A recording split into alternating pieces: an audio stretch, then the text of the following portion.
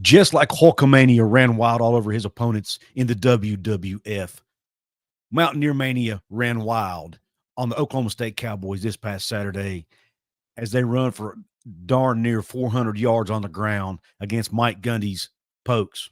What a game for Garrett Green, Jaheim White, C.J. Donaldson, even Nico Marchiol this past Saturday. Just an absolute masterclass in running the football. Hats off to this Mountaineer team. What is going on out there, Couz's Corner family? Welcome to this live edition, what I call a lunchtime live stream here on this Monday. As many of you know, I was out of town this weekend, was not able to do a live show after the game. Got home yesterday afternoon, and to be honest, I was just exhausted and didn't feel like doing this yesterday. So here I am today, decided to do it on a Monday, but wanted to get it out to you before we get too far into the week and we start looking ahead to Iowa State. But as most of you know, the final score of the game was 38-14 West Virginia. West Virginia had over 250 yards rushing by halftime in this game. Just an absolute domination. They had the most rushes. I think it was 66 rush attempts or something like that. It was the most rushes in any game since 1990, which obviously was back during the Don Nehlen days, West Virginia's last season before joining the Big East back in 1991. So a historic day for West Virginia football. Still some tough opponents coming up, but we want to spend a few minutes reflecting and just thinking about this performance on Saturday, which was a big win for West Virginia. Neal Brown and this team, there's still some pessimism, I would say. There was still some pessimism around the program going into the game. A lot of fans, including myself, did not expect the team to win the game, to be honest. I'll take the L on this one. I will take the L. I picked West Virginia to lose the game because I didn't have enough faith in that defense. And I thought Oklahoma State's offense would be able to put up yards in the pass game. Did not happen. Did not happen, thankfully. I am glad to take this L. I'm glad West Virginia proved me wrong. They played one of the most complete games in the Neal Brown era, if not the most complete game on both sides of the ball. Not a whole lot to complain about. And we'll talk about each side of the ball as we go forward here in this show. But want to recognize real quick just some people who are in the chat already. I apologize for being a little bit late. Had some technical stuff going on. And anyway, Robert Copenhaver, Andrew Galvin, Tyler Cobb, Pokemon Kid Entertainment, Glenn Marsh. Thank you all for joining the show. Don Miller in the house, Ethan Gray, who's joining us on X. If you're watching on X, once the show's over, be sure to come out and check out my YouTube channel, Couz's Corner on YouTube. Subscribe over there if you don't mind. Make sure you hit the notification bell and get notified of future shows, future live streams, and also it gives you the opportunity to check out my on-demand videos, which do not appear on X. What's up, Andrew? Yeah, I took an L, man. I picked West Virginia to lose the game, and I was wrong. I'm still undecided on whether I'm going to pick us to win against Iowa State or not. I have to dig into some numbers before I do that, and then obviously I'll have my prediction on the Golden Blue Breakdown show I'll do with Jonathan Martin here later this week. So be on the lookout for that. It'll be episode 11 of the Golden Blue Breakdown show. You got Drumwolf62 and Kelly McCourt and Jacob Yoho all joining the chat. Thank you all for joining. All right. Let's go ahead and get into it. Let's look at the team stats real quick from the game from ESPN.com. As you see, yep, they're on the screen. As you see, let me go to the team stats first, and then we'll talk about individual stats. Just absolute domination. First downs, 31-11. Third down efficiency, West Virginia was 9 of 15 on third down and 2 of 4 on fourth down. Continued to be one of the top teams in the country on converting fourth downs. Oklahoma State only 3 of 10 on third down and 1 of 2 on fourth down. So that West Virginia defense was able to get Oklahoma State off the field. A lot of 3-and-outs. Total yards, 558 for West Virginia, 227 for Oklahoma State. Passing, West Virginia only had 169, but they only threw the ball 16 times. Simply because they didn't have to. The recipe for beating Oklahoma State was running the football because their run defense had been struggling. And on top of that, they were down 3 or 4 linebackers in the game. Their starters were subs. Nick Martin, who had been their really core guy and best defender this year, was out, along with some other guys. So running the football was the recipe to win, and that's what they did.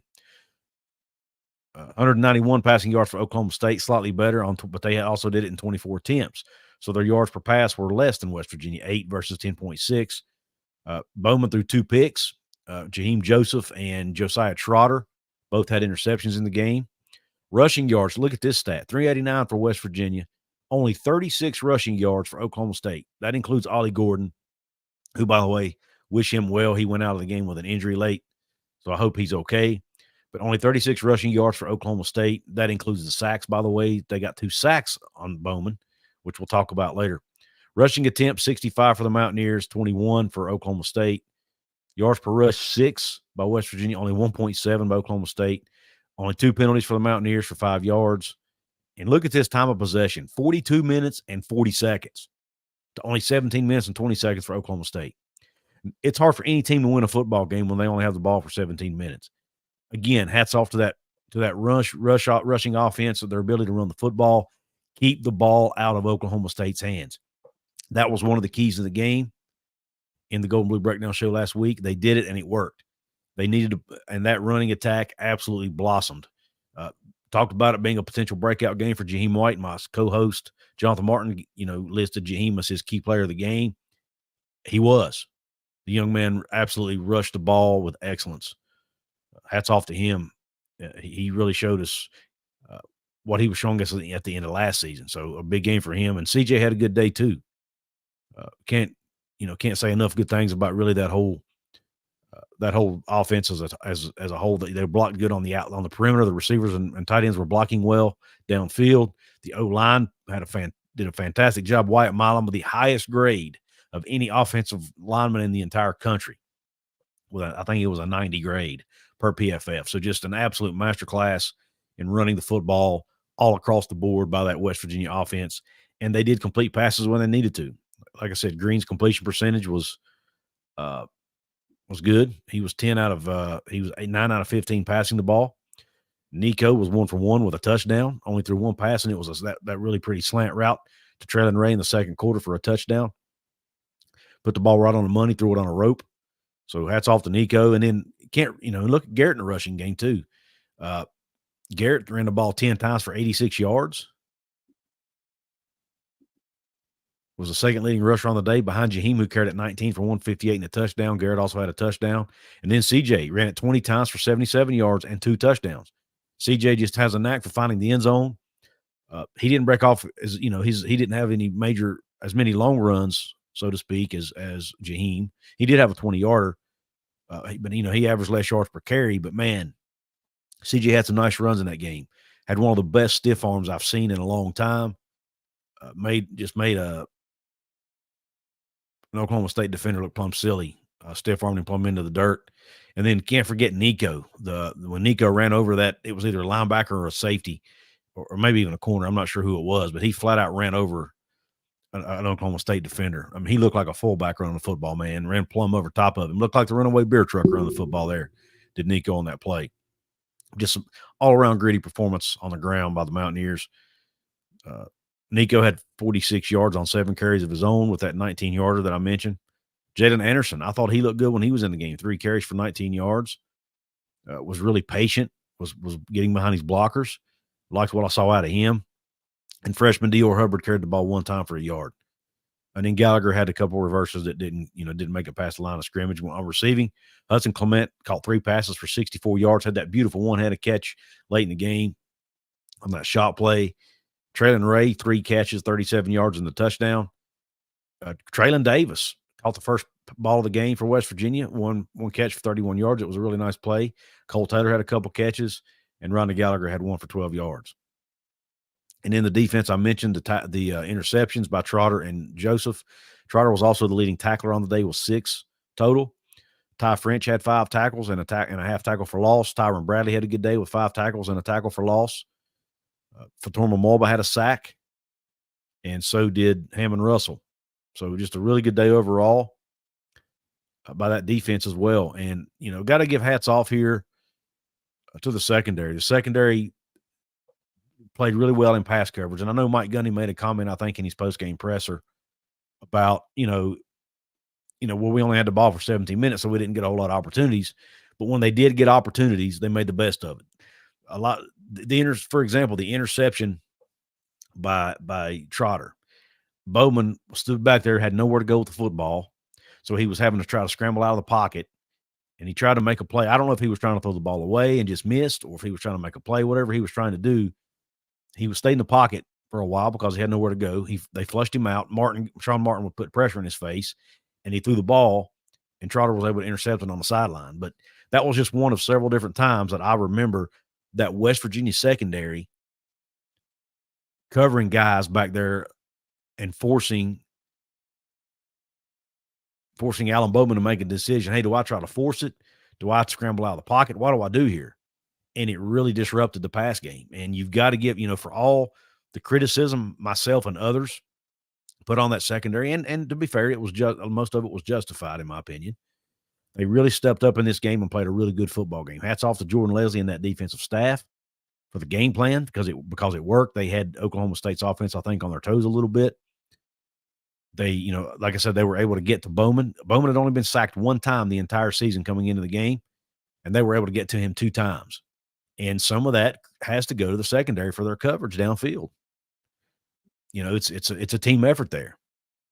And the linebackers as well. The linebackers dropping back into coverage did a good job. So, again, secondary played much better. Now, they're going to have to continue that performance and build on it as they go forward because they have even better competition coming up with Iowa State, followed up by Kansas State, followed up by Arizona.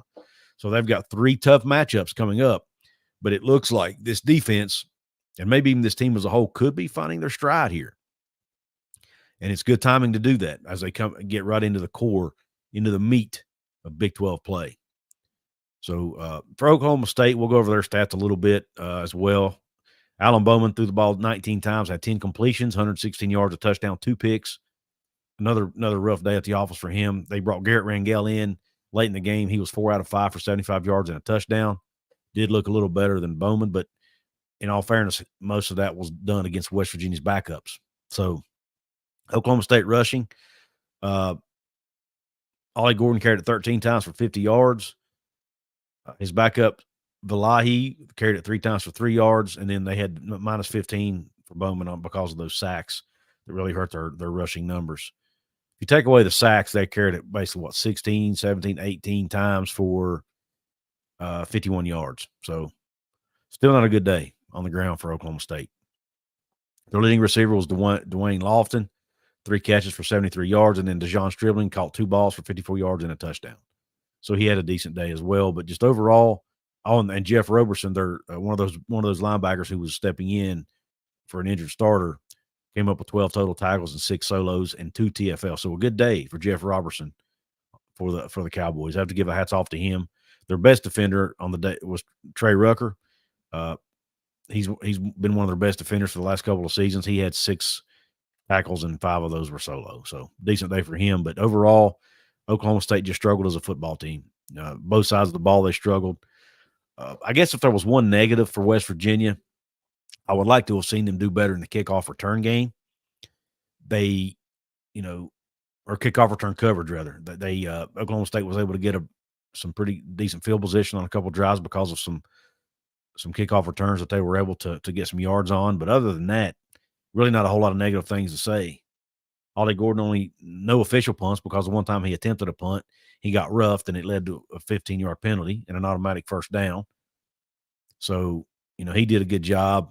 I guess you could say he did a good job selling that if he needed to. So hats off to him for that. Michael Hayes made his lone kick that he attempted. So just an overall pretty good day. It was a great team win, great team performance. And also hats off to the coaches for their performance and the game plan they had coming in. They really took advantage of that bye week, and really you could tell they were well prepared for this game. Hopefully, again, that carries over to Iowa State. So what did this win mean for West Virginia? Well, it means they're 2-0 in league play, and it means they're 3-2 on the season, and it means they're making steps in the right direction. But what I don't want to do is jump way over here to the other ditch. I've been in the other ditch where I was losing hope. I don't want to jump all the way over to the other ditch where I'm 100% sold and 100% all in again on this team. Because let's be fair, Oklahoma State is not a good football team right now. They're struggling. They're 0-3 in the Big 12. They're now 3-3 on the season overall. They can't stop anybody in the run game. They're off. Alan Bowman is struggling. He's only completing about half of his passes. He's turning it over a lot. They can't get Ollie Gordon going. They're just a bad football team right now. And so in all, now, but I don't want to take away that was a quality win against a team who's owned you for the most part historically, especially since Neal Brown's been the coach. That program has owned West Virginia. So it is still a good win. And it was in their house. So again, that matters. But they have much tougher teams coming up where they're going to have to continue to play that way in order to get wins. Iowa State being the next one on the list, who, by the way, is a top 11 team now, according to the most recent AP poll. So, yes, it means they're 2-0 in the league. It means they're still right there technically in the hunt for a Big 12 championship. It means they're in the conversation. But I don't, like I said, I don't want to get over my skis here and say this team is arrived because they haven't proven that yet. This next game is a huge opportunity for this team to prove, hey, we have arrived.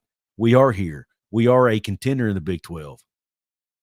They need to beat a team like Iowa State, who's highly ranked, to make people like myself feel more comfortable about the rest of this season. That's where I'm at. I don't want to, like I said, I'm happy. I enjoyed the win. I was able to watch a little bit of it on my phone while I was attending the Marshall game. It was homecoming at Marshall, and it was Parent Day, so I was there to see my daughter and enjoy the game. But I was watching the West Virginia game. I couldn't help myself, man. Could not help myself. And I was able to watch the replay of it on my phone when I got back home yesterday, so that I could kind of soak it in more and get more of the details and concentrate more. But nonetheless, I enjoyed it. I enjoyed seeing them play well. I enjoyed the win, and I'm going to enjoy it for the rest of the week. But we also have to realize that there's still a long way to go. They're taking it one game at a time, which is the right approach. And as fans, we probably need to do the same. Enjoy this win, but know that there's still 7 games left in conference play, and every one of those games are not only winnable, but every one of those games are also losable. So still, they're not there yet. They haven't reached their goals yet. It's still attainable, but they're not there yet. And we as fans need to realize that they still have some improvements to make, some tweaks to make. Can that defense do that again against a team like Iowa State, who's going to be better, who's going to take care of the football better? Rocco Beck's not going to throw you as many interceptions, more than likely. They're going to be better in the run game, is Iowa State. They're also going to be extremely good on defense, is Iowa State. So can you replicate a performance like that against a team who is better than the one you just played, right? That's yet to be seen, and that's what I need to see before I'm totally bought in again with this West Virginia team. Personally, with Iowa State and Kansas State coming up, both at home, to me, if you want this season to be successful, based on what lies ahead for this team, you need to win at least one of those 2 games. To me, if you win them both, it's awesome, and that's doable. But realistically, I think if you can take at least one of these next 2 games, you're sitting at 3-1 in league play if that happens, and you're still right in the mix because this conference is going to eat itself alive, and you still have a shot at getting in the Big 12 championship with 1, maybe even 2 losses, but definitely with 1 loss. You still have a shot. Now, you'd prefer not to lose one so that you don't have to put it up to a tiebreaker, but it is still possible to lose and still get to that title game. And, my prediction early in the year was 8-4, and I predicted them to be 3-2 at this point in the season. Now, I didn't have them losing to Pitt. I had them beating Pitt, beating Kansas, and then losing to Oklahoma State, along with the loss to Penn State. So they're actually where I thought they would be at this point in time. So that 8-4 record is still very much attainable right now. And based on the way they just played, I'm a little more confident in that. Again, not totally sold that they're going to get to the CFP or the Big 12 title game even. But I do think 8-4 is, I don't want to say easily attainable, but it is attainable. But again, they still have a long way to go. That means they have to go. Well, they've played 5 games. They've played 5 games. That means they have 7 left, and they have to go 5-2 the rest of the way in order to finish with an 8-4 record. So I think my math's right. But if that's correct, then yes, they can reach the goal that I had for them in my head, which is 8 wins. But obviously, I want to see them do even better than that, and I think they can. But they've got to continue to build on this performance. Let me get to the comments here. Again, if you want to make sure I see your comment, because I do have a lot of people in here, if you want to make sure I see your comment, you can drop a super chat by hitting the $ right beside the chat box. It's a way to donate to the channel and show your support for what I do here and help me keep the lights on. And it's also a way you can get your comment read and seen and highlighted. Got PW Riggs in the house. Says could be 9-3. Absolutely, PW Riggs. That's definitely attainable. Definitely attainable, my man. And he says this week will tell the story, and you're absolutely right. Jeff Ruff says they have not arrived yet. These next 2 weeks will define who we are. Bingo. And again, I think they need to get at least one of the next 2, Jeff. What do you think? Or do you think they need to win them both in order to prove something? Obzin says Iowa State could come in and rout us. That's a quality win that we need to gain a lot of this lost trust and hope back. Absolutely. That's the one thing. Neal Brown, to my knowledge, correct me if I'm wrong, but I don't think he's beaten a top 15 team since he's been at West Virginia. He has a few ranked wins under his belt, but if I'm not mistaken, all of those teams were ranked in the 20s at the time. Again, I could be wrong, and if I am, let me know. But if he wins, if West Virginia is able to win this game Saturday night against Iowa State, which is going to be the Coal Rush game, it's a night game. It's going to be broadcast nationally on Fox. It's a chance for you to get back on the national stage. All those people who saw you get obliterated by Penn State, it's a chance for you to right that ship, correct those mistakes, put a good foot forward on national television this Saturday on Fox, and stay in the conversation for the Big 12 title race, and let the rest of the conference know we're here. We're the Mountaineers, and we're here. We just beat one of the only 3-0 teams in the league. Don't overlook us. That's what West Virginia and Neal Brown have a chance to do this weekend. Jack's son Clark in the house. He says, I know they were missing some dudes, but we still win if they had them playing. It's just confusing how they are this far down from last year. Yeah, West Virginia still would have won that game. I don't doubt that at all. But I don't think they would have ran for almost 400 yards. They probably, they might have run for 300 yards, but 300 probably not. But I do think the way West Virginia played, they would still have won that game. I definitely agree with that. Jeff Ruff says, how many OK State offensive starters played in the conference championship game last year? 9, 10, 11. That's why the defense deserves all the credit this week. That's a great point, man. The defense stepped up, and, we had been counting the defense out. I know I had, at least the secondary out, for several weeks now after some poor performances. And they stepped it up. And Jeff, if I'm not mistaken, Jeff Ruff was actually at the game, so he was able to witness it firsthand that defense played well. And, Jeff, you let me know if I'm wrong, man, but I thought the secondary covered downfield really, really well on Oklahoma State's receivers. I think they went back to a zone coverage, quit trying to put guys in positions where they were at a disadvantage, and it worked.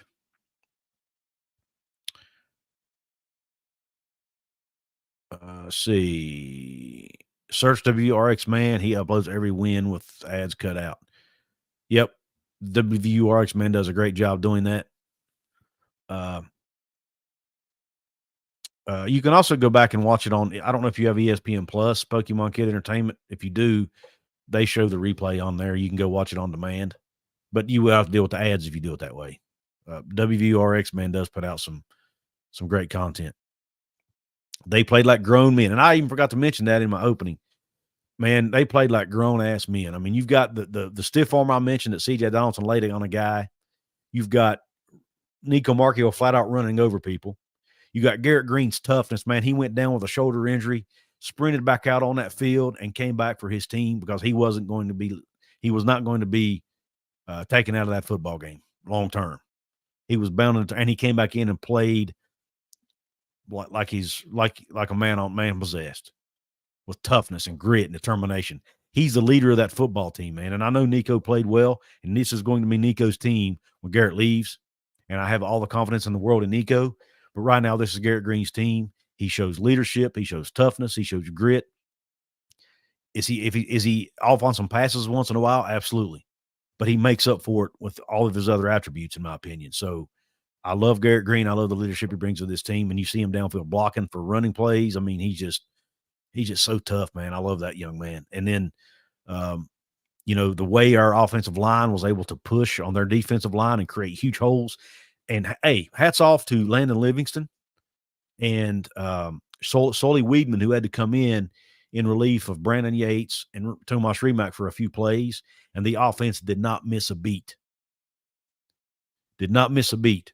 Hats off to those two backup offensive linemen who played well in relief. Especially Livingston, who played, I think, at least a series, if not two, at center for Yates. His snaps look good. The very first play I was watching on the replay, he snapped that ball, and they had him pulling, for crying out loud. He pulled. You don't see centers pulling a lot. They did it with Zach Frazier last year. Well, they did it with a backup center and Landon Livingston on his very first snap of the game. That's how much confidence they have in that young man, and he was able to pull it off and help seal one of either the D end or the outside linebacker and help create a hole for the running back on that play. So just absolute dog in him. And in all that whole team, that whole day, played really well. TJ Jackson didn't put up the numbers he's used to putting up, but that offensive front knew where he was at, and he had to be accounted for. Torma Mobile played well up front. I mean, Sean Martin didn't have any stats, but I saw him getting pressure. The interception where the Trotter made on the sideline, Sean Martin was in the quarterback's face, putting pressure on him, and even got a little bit of a push on him there as he threw the football. So he helped create that with his pressure. I mean, just you can go down the list. Garnett Hollis, before he went out, he was covering better downfield.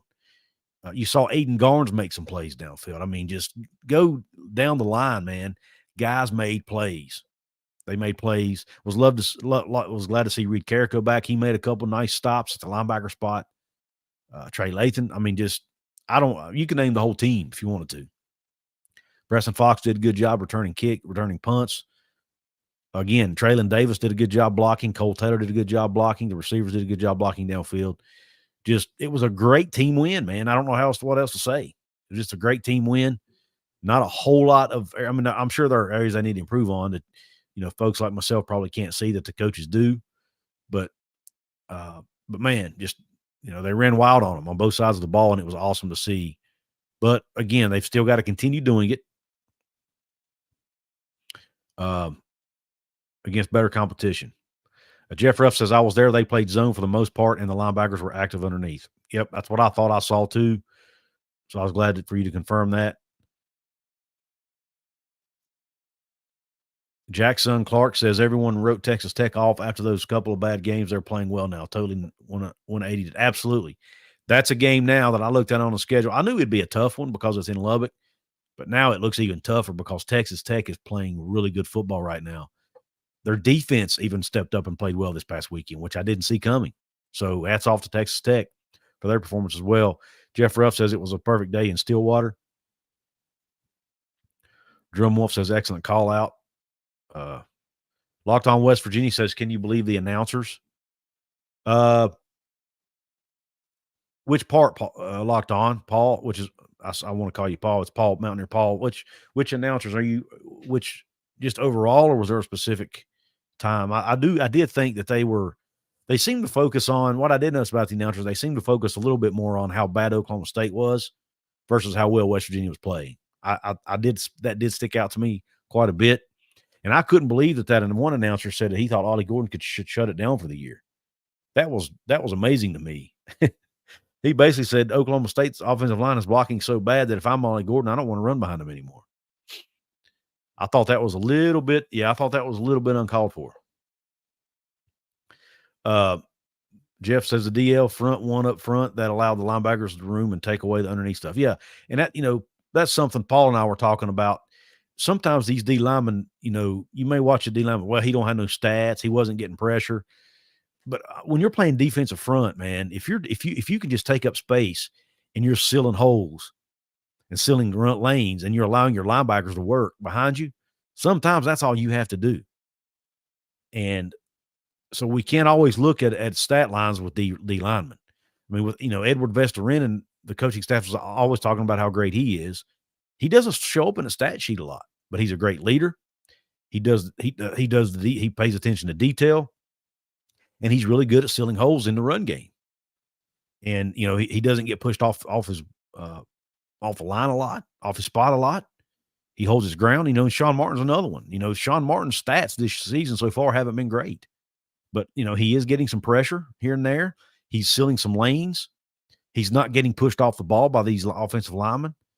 I'd like to see him get more sacks and get to the quarterback more than he's getting to him right now, and even maybe make a few more tackles.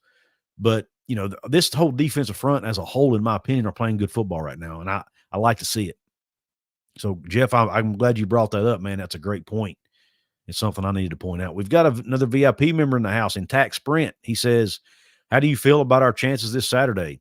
I feel good about it, Tax Sprint. Not great, but good, if that makes sense. And again, I haven't had a chance to dive into the numbers yet, and I'll do that in prep for my preview show later in the week. But just on the surface, it's a tough matchup for West Virginia, I think. But I do think the game's winnable. So I should say I'm 50-50, I guess, right now. Jeff Ruff says Tech got that running back, different team now. Very good point. Alan Boy says WVU football has never been known for consistency. Exactly. And that's why I say I'm going to pump the brakes on saying they've arrived yet, because they still need to do it against some teams that are at the top of the conference and not teams at the bottom. We got Nathan Travis in the house. We have Johnny, who's also watching on X. He says, what's really telling about OSU is that they had 10 returning starters on offense, 9 on defense. So WVU played really well against a good team on paper. Absolutely. Andrew Galvin, thank you for the super chat. Or no, he's a new member. Thank you, Andrew. Thank you for joining Couz's Corner. You will now be able to take advantage of the random member shout-outs during my uploaded videos, and you will get access to early videos when I put out content early. You will have access to that if you are a club level member. All members get the shout-outs. So thank you for joining. And I will occasionally give all members early access as well, by the way. I just do it more frequently for the club level members. Got Shaggy of WV in the house. He says, what's up, Couz? Just saw you had a live stream going. Yeah, it's a lunchtime live stream here, man. I got a few minutes of a break for work. I'm working from home today. Decided to take a few minutes, use my lunch break to do a live show. Andrew Galvin says, love the content. Got to support fellow Mountaineers, especially West Virginia born and raised. Andrew, thank you very much. It means a lot. Really appreciate you. Eric Ferguson says Clement and Gallagher are his 2 faves. Jeff Ruff says number 11 is a dude, not crazy stats this week, but he made a mess up front. Absolutely. TJ Jackson, when you look at his measurables, he doesn't look like an NFL player, but I'm telling you, the kind of as well as he's playing, I guarantee you NFL scouts are taking notice right now. They have to be. Have to be. Tyler says still waiting to see some Wildcat with Rodney at QB and Garrett out wide. Tyler, that was probably not the game to do it. Well, I mean, I don't know. Maybe it was. As bad as Oklahoma State's run defense was, that probably would have been the game to do it. I'm sure Neal Brown's probably not going to do that. I don't think that's his style. And the more I think about it, man, you might be risking getting Rodney hurt by doing that. Rodney's not a very big guy, so maybe you don't want him running up the middle, but Garrett's not either. So for what it's worth, not sure it'd be a lot different from Garrett running it, and Garrett's your quarterback. So, you can make the argument that it's more critical to keep him healthy. But that being said, the way Nico played Saturday, future looks bright at the quarterback position for this football team. Cheers, Beers, Mountaineers in the house. Says night games are fun and always a great atmosphere, but those games seem to never work in our favor. Let's hope this team got those jitters out against PSU. And unfortunately, I was hoping to go to this game. Whatever game was the Black or Coal Rush game I was wanting to go. Unfortunately, I can't make it. My wife had already planned us a trip to the zoo in North Carolina for that day.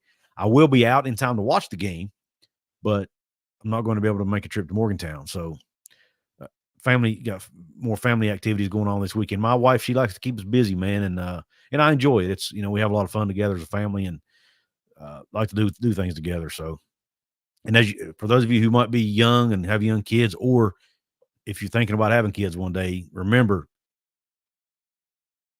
spend all the time you can with your kids when they're young, man, because it flies by in the blink of an eye. And the next thing you know, they're off at college and you don't see them very often. or they're grown, moved off on their own, and you don't get to see them very often. And you wish you had them back with you again to do those activities. Just a little life advice for you young folks out there. Jeff Ruff again says, quick step and release motor. Number 11 just bull rushes. Whoever lined up against him went backwards. It was impressive to see in person. Shaggy of WV says, amen. Mine are 22 and 18 now.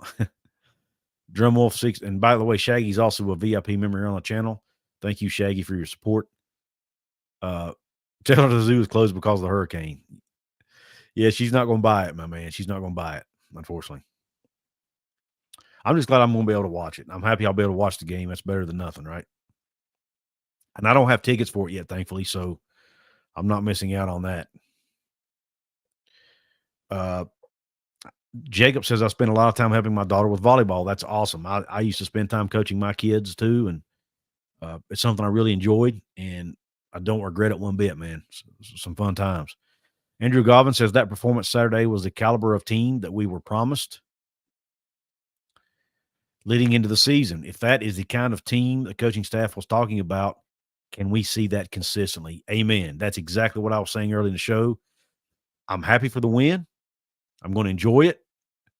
But I know deep down, I need to see that again and again and again, right? We need to see it against teams that are better than West Virginia. Oklahoma State wasn't better than West Virginia, but now they did what they were supposed to do.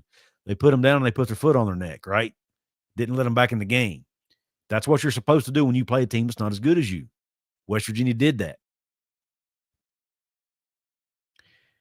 Can they come out with the same performance against a team that they may not be better than,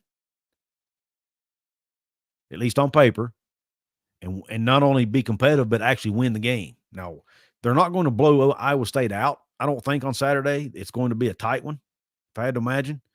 They've got to start winning these close ones, just like they did against Kansas. Maybe that Kansas game, maybe them being able to win that Kansas game, which was such a close game, helped them get their confidence back. So now when they have more of these close games going forward, they'll be able to go into it with confidence and know that, hey, we got this, man.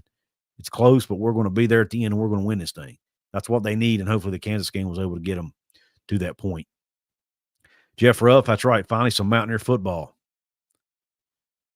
You got to bring them kids up and watch the coal rush. Family's important. Nothing comes before them. Yep, Tyler, absolutely, man. Yeah, my kids are just not huge football fans, unfortunately. So now their boyfriends are. Their boyfriends and fiancés are all football fans. So that's one good thing about it is, and they will sometimes drag my daughters to the games with them. So that's good. But nonetheless, yeah, they do, they go to games some just because of, like I said, because of the boyfriends. But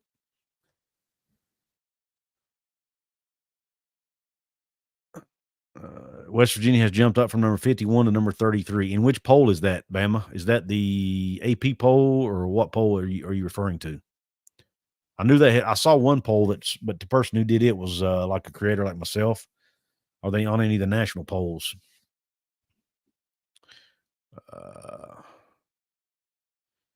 Everyone's been able to beat Kansas in the fourth quarter, to be fair. Yeah, I agree, Jackson Clark. And that's why I said earlier in the show, you beat Kansas and you've beaten Oklahoma State, two teams that you should have beaten, right?